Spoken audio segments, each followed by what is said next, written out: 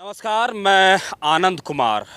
हम लोग इस वक्त पटना के गर्दनी बाग में मौजूद हैं, जहां पर लगातार बीपीएससी छात्रों का री एग्ज़ाम के मुद्दे को लेकर आंदोलन चल रहा है। इसे छात्रों ने सत्याग्रह का नाम दिया है। उस सत्याग्रह का नाम दिया है जिस सत्याग्रह को सरकार सुनने के लिए तैयार नहीं है, आयोग मानने के लिए तैयार नहीं है। इसलिए मामला जा फंसा कोर्ट में। अब कोर्ट में सुनवाई होगी, तब जाकर के पता चलेगा कि ऊंट किस करवट बैठता है। लेकिन जब कोर्ट मामला गया तो निश्चित तौर पर छात्र झुकने के लिए तैयार नहीं हैं, इसलिए मामला कोर्ट में चला गया। तो आज हम आए हुए हैं गर्दनी बाग और रात के तकरीबन 9 बज रहे हैं। समय 9 बज चुका है और यहाँ पर देखिए कि अभी भी व्यवस्था जो है इसी प्रकार की व्यवस्था है। यहाँ पर न लाइट की व्यवस्था है, न पानी पीने की व्यवस्था है, न बाथरूम की व्यवस्था है, किसी प्रकार की कोई व्यवस्था नहीं है। लेकिन छात्र डटे हुए हैं। तो हमारे साथ भैया हैं। क्या नाम हुआ भैया आपका? शुभ नाम? मेरा नाम सुधाकर। क्या लग रहा है भैया, आखिर चूँकि आज जो है ये सवाल, हम 3 सवाल पर ही रहेगा, मेरा फोकस जो है वो 3 ही सवाल रहेगा कि सरकार पहले मान क्यों नहीं रही है, आप लोगों के मुद्दे को क्यों नहीं मान रही है सरकार? देखिए, सरकार मुद्दे की गंभीरता को अभी तक समझ नहीं पाई है। सरकार में गलत नैरेटिव पहले ही ये बिल्ड किया गया है कि ये बहुत कम छात्र हैं, और डिसीजन जो कि है सरकार के जो माननीय नीतीश कुमार जी लेते हैं, तो नीतीश कुमार जी तक बातें जिस तरीके से पहुंचनी चाहिए, सब लोग बोलते हैं कि उन्हें पता है, पता होना, और जिस तरीके से ये मुद्दा ओरिजिनली है यहाँ पे, जिसकी इतनी सीरियसनेस है और जितनी ग्रेविटी है इस बात की, उस ग्रेविटी से वो बात तक नहीं पहुँच पाई। और उसका कारण है उनके आसपास जो चाटुकार लोग हैं, वो जो उनके पास जो इन्फॉर्मेशन, जो डिसमिनेशन जिसको बोलते हैं, the information dissemination is not absolutely the way we want. ठीक है, तौर पर मुख्यमंत्री तो सुनने के लिए तैयार नहीं है आपकी बात को। तो कहने का मतलब ये है कि हमारे मुद्दे अगर मुख्यमंत्री तक सही तरीके से अगर पहुँचे होते तो आज ये परिदृश्य नहीं होता ये गर्दनी बाग का। लेकिन जो उनके चाटुकारों ने, उनकी पेरिफेरी में जो लोग हैं, जो उन्होंने ऐसी परिस्थिति बनाई है, इसका खामियाजा 2025 में उनको भुगतना पड़ेगा। और याद रखिएगा, हम तो री एग्ज़ाम के लिए लड़ रहे हैं, लेकिन 2025 के एग्ज़ाम में उनको री एग्ज़ाम का मौका भी नहीं मिलेगा। चलिए, ये तो आपने जवाब दिया कि सरकार आपकी बातों को सुन नहीं रही है, तो उसे इस खामियाजा का, ये जो है खामियाजा उन्हें भुगतना पड़ेगा। बिल्कुल भुगतना पड़ेगा। आयोग आपकी बात नहीं मान रही है। देखिए, आलोक, अगर पूरे शतरंज के अगर हम को बिसात को बिठाए तो आलोक एक प्यादा है, और अब ये लड़ाई प्यादों से नहीं रह गई है। प्यादों के ऊपर आयोग की बात कर रहे हैं। आयोग को प्यादा ही मानता हूँ मैं। हाँ, इस शतरंज के, हाँ, आयोग में अगर मैं मतलब, आयोग इंस्टीट्यूशन है, वो अपने आप में एक साफ सुथरी बॉडी है, लेकिन उसको चलाने वाले लोग कैसे हैं वो इम्पोर्टेंट है। आयोग क्या है? अपने आप में एक नाम है कि इंस्टीट्यूशन है, बट इंस्टीट्यूशन को जो ड्राइव करने वाले लोग हैं, मान लीजिए कोई गाड़ी है, गाड़ी तो कोई ख़राब नहीं होती है, ड्राइवर अपने कमोबेश सब गाड़ी का एक ही काम है कि भैया वो अपने रोड पे अपने हिसाब से चलती है, जो प्राइस रेंज होता है उस हिसाब से। वैसे बीपीएससी एक इंस्टीट्यूशन है जो कि सिविल सर्विसेज के एग्जामिनेशन को कंडक्ट करवाती है, लेकिन उस इंस्टीट्यूशन को जो लीड कर रहे हुए चेयरमैन हो गए, सेक्रेटरी हो गए, वो लोग ही अगर अच्छे नहीं हुए, जहाँ हर डाल पे उल्लू बैठा हो, अंजाम में गुलिस्ता क्या होगा, वही वाली बात यहाँ पे कहीं ना कहीं चरितार्थ होती हुई दिखती है। उल्लू किसको कहो, मैंने कहा ये आप समझ लीजिएगा, मैंने किसी को का नाम नहीं लिया है, लेकिन आप जो समझदार होंगे वो समझ जाएंगे। तो कहने का मतलब है कि स्थिति वहाँ पे ऐसी है, और प्यादों से अब लड़ाई नहीं है, लड़ाई अब पूरे सिस्टम से है, जहाँ पे भ्रष्टाचारी रूपी दिमक कोने कोने तक पहुँच चुका है। और यहाँ पे अभी पेस्ट कंट्रोल की ज़रूरत है, और ये पेस्ट कंट्रोल का काम शिक्षा सत्याग्रह से जो गूंजती हुई आवाज़ें गर्दनी बाग में जो बैठी है आज भी, इन विषम परिस्थितियों में, जहाँ देख रहे होंगे हज़ारों मच्छर आपकी खून के लिए प्यासे हैं, वो कब चाह रहे हैं कि कब इनके खून से मतलब कि एक एक रक्त का कतरा निकाल ले। उन विषम परिस्थितियों में गर्दनी बाग के बच्चे बैठे हैं, और एक युवा भविष्य यहाँ बैठा हुआ है। वो भविष्य जो एक बेहतर बिहार की परिकल्पना लिखने के लिए, वो एक ऐसा भविष्य जो एक बेहतर शिक्षा व्यवस्था जिसमें कि भ्रष्टाचार रहित हो, एग्जामिनेशन प्रोसेस जिसमें ब्यूरोक्रेसी में लोग जाने वाले हैं, वहाँ पे अच्छे लोग जाए, जो कि बिहार की जितनी कल्याणकारी योजनाएं हैं उसमें अपने बढ़ चढ़कर अच्छे तरीके से अपनी बातों को रख सके, लोगों तक सारी सुविधाएं पहुंचा सके। अच्छे लोग जब तक नहीं जाएंगे बिहार में तो तब तक वही होगा कि कोई बंगाल से आया हुआ टीचर आके बिहार के लोगों के बारे में गाली देके चला जाएगा। एक वीडियो भी वायरल हुआ है। सुधांशु जी, ये सवाल मेरा ये इसलिए है कि जैसे सरकार आपकी बात को सुन नहीं रही है, आयोग आपकी बात को मान नहीं रही है, तो सरकार नहीं सुन रही है, इसके विरोध में जा कर के तो आप लोग, आपने जैसा कहा कि आने वाला विधानसभा चुनाव है तो इसे सरकार का खामियाजा इसमें भुगतना पड़ेगा। लेकिन एक सवाल यहाँ पर यह है कि आयोग को क्या, जब आयोग आपकी बात नहीं मान रही है तो आखिर आयोग को क्या दंड मिलेगा? देखिए, उसमें हमने प्रमुख मांगों में हमने मांग ये भी रखी है कि पूरी निष्पक्ष जांच सीबीआई के द्वारा हो, जिसमें कि जो चेयरमैन के ऊपर जो एलिगेशंस लगाए गए हैं, चेयरमैन के ऊपर जो डिफरेंट सेक्शंस जो है महादलित कमीशन के पैसे गबन का जो आरोप है उसकी जांच होनी चाहिए। और इवन पीआईएल भी सुप्रीम कोर्ट में डाली गई है और उसके ऊपर भी बिहार सरकार को जवाब देना है। उस दिन जिस दिन सुनवाई थी उस दिन वहाँ पे सुप्रीम कोर्ट में इनके वकील तक वहाँ पे अपीयर नहीं हो पाए थे, तो समझिए कि इनको जवाब तो देना ही पड़ेगा। जब उच्चतम न्यायालय, जो माननीय सर्वोच्च न्यायालय जब किसी को बुला रही है तो वो ऐसे तो छोड़ने वाली नहीं है।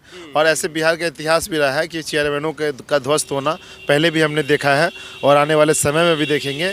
बिहार इतनी जल्दी किसी बाहर से आए लोगों को यहाँ की व्यवस्था को भ्रष्टाचार के गर्त में अगर पहुँचाने का काम करेगी तो बिहार ये बर्दाश्त नहीं करेगा। ये पूरी बिहारी अस्मिता का सवाल है। बिल्कुल बिल्कुल।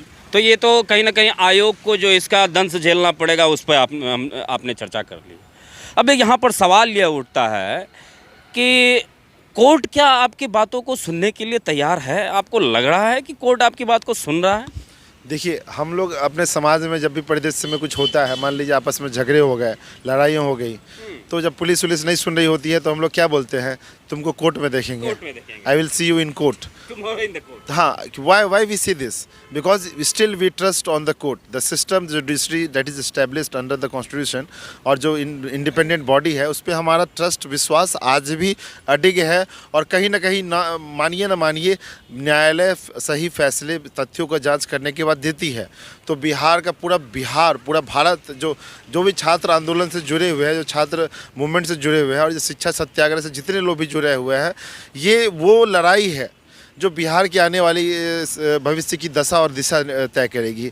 अगर आज का ये छात्र ये लड़ाई हारते हैं, मैं हारने का जिक्र नहीं करना चाहता था, लेकिन मैं एक नज़ीर पेश करने के तौर पे कहना चाहता हूँ कि ये लड़ाई को पूरा भारत देख रहा है कि अगर ये लड़ाई इतनी 75 दिनों की जो लड़ाई अभी तक चल रही है, अगर यह हारते हैं तो कोई नई आवाज़ फिर से लड़ने के लिए हिम्मत नहीं कर पाएगी। तो ये विश्वास न्यायालय पे जो छात्र जिस विश्वास की नज़रों से देख रहे हैं, जब कलम चलेगी उस समय, जब निर्णय की उस समय, ये कलम में माननीय उच्चतम न्यायालय के न्यायाधीशों को भी ये सोचना पड़ेगा कि हम बिहार के भविष्य को अपने कलम से लिखने जा रहे हैं। तो अगर वो फैक्ट्स को सही से देखिए, court is not driven by the emotions, court is driven by the constitutional facts. ठीक है, तो we have given the enough evidences. ठीक है, हमारे पास साक्ष्य पूर्णतः मौजूद है और वो जब वहाँ पे न्यायालय में डाले जाएंगे तो हमें पूर्ण विश्वास है कि ऐतिहासिक निर्णय जैसे केशवानंद भारती जैसा निर्णय बिहार देखेगा उस दिन, और पूरे छात्रों की उस दिन जीत होगी। कुछ ना कुछ बहुत अच्छा होने वाला है 4 मार्च को। और बाय द वे, चीज़ें अगर होता है ना कि we should prepare for the best and ready for the worst, उच्चतम न्यायालय के बाद भी एक जगह है उस पर हम जाएंगे। तो ये तो कहीं ना कहीं कोर्ट की बात है कि अगर कोर्ट, वही तो मैंने पहले भी कहा ना कि 4 तारीख को यह देखा जाएगा कि न्याय का जो ऊँट है वो किस करवट बैठता है। लेकिन एक सवाल यहाँ पर यह उठता है, अंतिम सवाल है मेरा, कि छात्र आखिर झुकने के लिए तैयार क्यों नहीं है? छात्र इस परिस्थिति में क्यों आ गए हैं कि जब तक तोड़ेंगे नहीं तब तक छोड़ेंगे नहीं? इसके लिए बहुत अच्छी लाइन मतलब कि मैंने लिखी है कि री एग्ज़ाम के सपने तक संघर्ष हमारा जारी है, री एग्ज़ाम के सपने तक संघर्ष हमारा जारी है, अंतिम दम तक जो लड़े वही असल बिहारी है। तो बिहार की मिट्टी में वो बात है सर साहब, बिहार की मिट्टी जेपी की धरती है, ये मांझी की धरती है, जो ठान लेता है कि जब तक तोड़ेंगे नहीं तब तक छोड़ेंगे नहीं। वो परंपरा है हमारी, यहाँ पे हमने बुद्ध देखा है, यहाँ पे हमने राजेंद्र प्रसाद देखा है, खुदीराम बोस देखा है, जयप्रकाश नारायण का इतिहास देखा है, सत्ताधीशों का गिरना देखा है बिहार ने, चंद्रगुप्त मौर्य और गुप्त वंश की परंपरा देखी है, चाणक्य और चंद्रगुप्त के द्वारा नंद वंश का घमंड को टूटता हुआ देखा है, सिकंदर विश्वविजयी की तलवार को यहाँ से लौटता हुआ देखा है। तो बिहार वो धरती है। हम पास्ट को जरूर कोट कर रहे हैं, लेकिन प्रेजेंट में जो है आज के चाणक्य, चंद्रगुप्त और जेपी आज इसी आंदोलन से निकलने वाले लोग होंगे। आप याद कीजिएगा, जब ये ऐतिहासिक निर्णय होगा तो इन्हीं नाम जो कि आप देख रहे हैं, उन्हीं में से कोई आने वाले समय बिहार की दशा और दिशा और एक बेहतर बिहार की परिक्रमणा जरूर लिखेंगे। और आने वाले 10-15 साल में इन्हीं चेहरों को आप देखेंगे जो बिहार के बेहतर भविष्य को लिख रहे होंगे। अगर जजमेंट हमारे फेवर में आता है तो, नहीं आता है तो, दोनों स्थिति में मतलब निश्चित तौर पर आप लोग भी करो और मरो की स्थिति में आ चुके हैं। बिल्कुल। गांधी, हम लोग स्वतंत्रता संग्राम में यही देखा है। जब स्वतंत्रता संग्राम का हुआ तो 1942 में यही था। जब हो गया, अब हो गया, जितनी मिन्नतें हो गई, बहुत नॉन कॉपरेशन हो गया, सिविल डिसोबीडियंस हो गया। बारी है कि अब तो अपने अस्मिता को बचाने के लिए, अपने एग्जिस्टेंस को बचाने के लिए, अपने स्वाभिमान को बचाने के लिए, अपने हक और हुकूक की लड़ाई के लिए अब डू और डाई की स्थिति छात्रों के पास भी है, और वो लड़ाई हम अपने अंतिम दम तक लड़ेंगे। सुधांशु जी, ये सुधाकर जी, माफ़ करिएगा मैं आपका नाम गलत ले लिया, चलिए कोई बात नहीं है। लेकिन एक अंतिम सवाल यहाँ पर यह बन रहा है, कहीं ऐसा तो नहीं है कि आंदोलन की जो लहर थी, चूँकि आंदोलन अब काफ़ी लंबा वक्त हो चुका है, शायद गर्दनी बाग का इतिहास नहीं होगा कि इतने लंबे समय तक कोई आंदोलन यहाँ पर चला होगा। मुझे ज्ञात नहीं है, हो सकता है कि ऐसा कोई आंदोलन हुआ होगा, लेकिन मुझे ज्ञात नहीं है। तो आज कहीं ना कहीं 75वां दिन हो गया है। क्या वो जोश ठंडा हो गया? क्या वो चिंगारी अब राख बन गई है और उस राख में से धूल फांकने की तैयारी हो रही है? देखिए, ये मैंने बार बार हर जगह पे यही बोला है, ये शिक्षा सत्याग्रह की गंगोत्री है। यहाँ पे जो है लोगों के विचार, लोगों का जो क्रांति यहाँ से पैदा लेती है। और आप संघर्ष विराम संघर्ष की बातें हम आपको बार बार बतला चुके हैं कि ये संघर्ष विराम और संघर्ष की रणनीति ही हमारी सबसे बड़ी पहचान है। तो अभी ये विराम काल को आप हमारी मतलब कमजोरी को ना समझे। हमारे छात्र अभी भी हमारे एक इशारे पे हज़ारों की संख्या में छात्र बस इस बात का इंतज़ार कर रहे हैं कि आप मैदानों में कूच कीजिए। और गंगोत्री से जब छात्र निकलेंगे ना, तो मैदान में उसकी विकरालता को आपने कल भी देखा था और आज भी देखेंगे और आने वाले समय में भी देखेंगे। निर्णय हमारा है कि वो दिन हम तय करेंगे, वो समय हम तय करेंगे, वो माहौल हम तय करेंगे। लेकिन अभी हम माननीय न्यायालय का सम्मान करते हैं, क्योंकि हम भी संविधान सम्मत व्यवस्था में बिलीव करने वाले लोग हैं। इसीलिए हम चाहते हैं कि कोई ऐसा मैसेज ना जाए कि हम लोग जो नॉन सीरियस और उपद्रवी हमें बोला जाता है उनको हमने तब भी झुटलाया था, आज भी झुटलाया है और कल भी झुटलाएंगे कि हम लोग वो लोग हैं जो कि सब संविधान का इज्जत करते हैं। क्योंकि डॉक्टर राजेंद्र प्रसाद की परंपरा के लोग हैं हम लोग। हम संविधान को नहीं मानेंगे तो कौन मानेगा? इसीलिए हम आज भी कहते हैं कि राख से हम लोग अपना मुकद्दर लिखने वाले लोग हैं। आप हमें राख में मिलाइएगा, उससे हम अपना मुकद्दर तय कर लेंगे। और जो ईंट कंकड़ पत्थर अपने व्यंगों का आप फेंकते हैं, उसी कंकड़ पत्थर से हम आपकी भ्रष्टाचार की इमारत को तोड़कर अपनी इमारत बुलंद करेंगे। बहुत बहुत धन्यवाद। देखिए कि बिहार में चुनावी बिगुल जो है वो अब बच चुका है और माननीय प्रधानमंत्री जी भागलपुर आए थे। नीतीश कुमार जी को उन्होंने लाडला मुख्यमंत्री बता दिया, जिसके बाद मंत्रिमंडल में काफ़ी ज़्यादा फेरबदल भी हो गया। और उसके बाद जो है आरजेडी जेडीयू के बीच में मंत्रिमंडल के बदलाव को लेकर के जो है एक राजनीति बहस छिड़ गई है। लेकिन नीतीश कुमार के मुंह से और प्रधानमंत्री नरेंद्र मोदी के मुंह से जूस शब्द तक नहीं निकला इन छात्रों के लिए, जो छात्र आज 75 दिन से गर्दनी बाग में बैठकर डंप यार्ड है। ये पूरा का पूरा गर्दनी बाग, मैं आपको बता दूं कि बस कुछ ही दूर पर यहाँ पर डंप यार्ड है, जहाँ पर पूरे पटना का कचरा फेंका जाता है। और जिस वक्त हम आपसे बात कर रहे हैं, सैकड़ों मच्छर जो है हमें भी परेशान कर रहे हैं। लेकिन फिर भी ये छात्र 75 दिन से आज यहाँ पर डटे हुए हैं।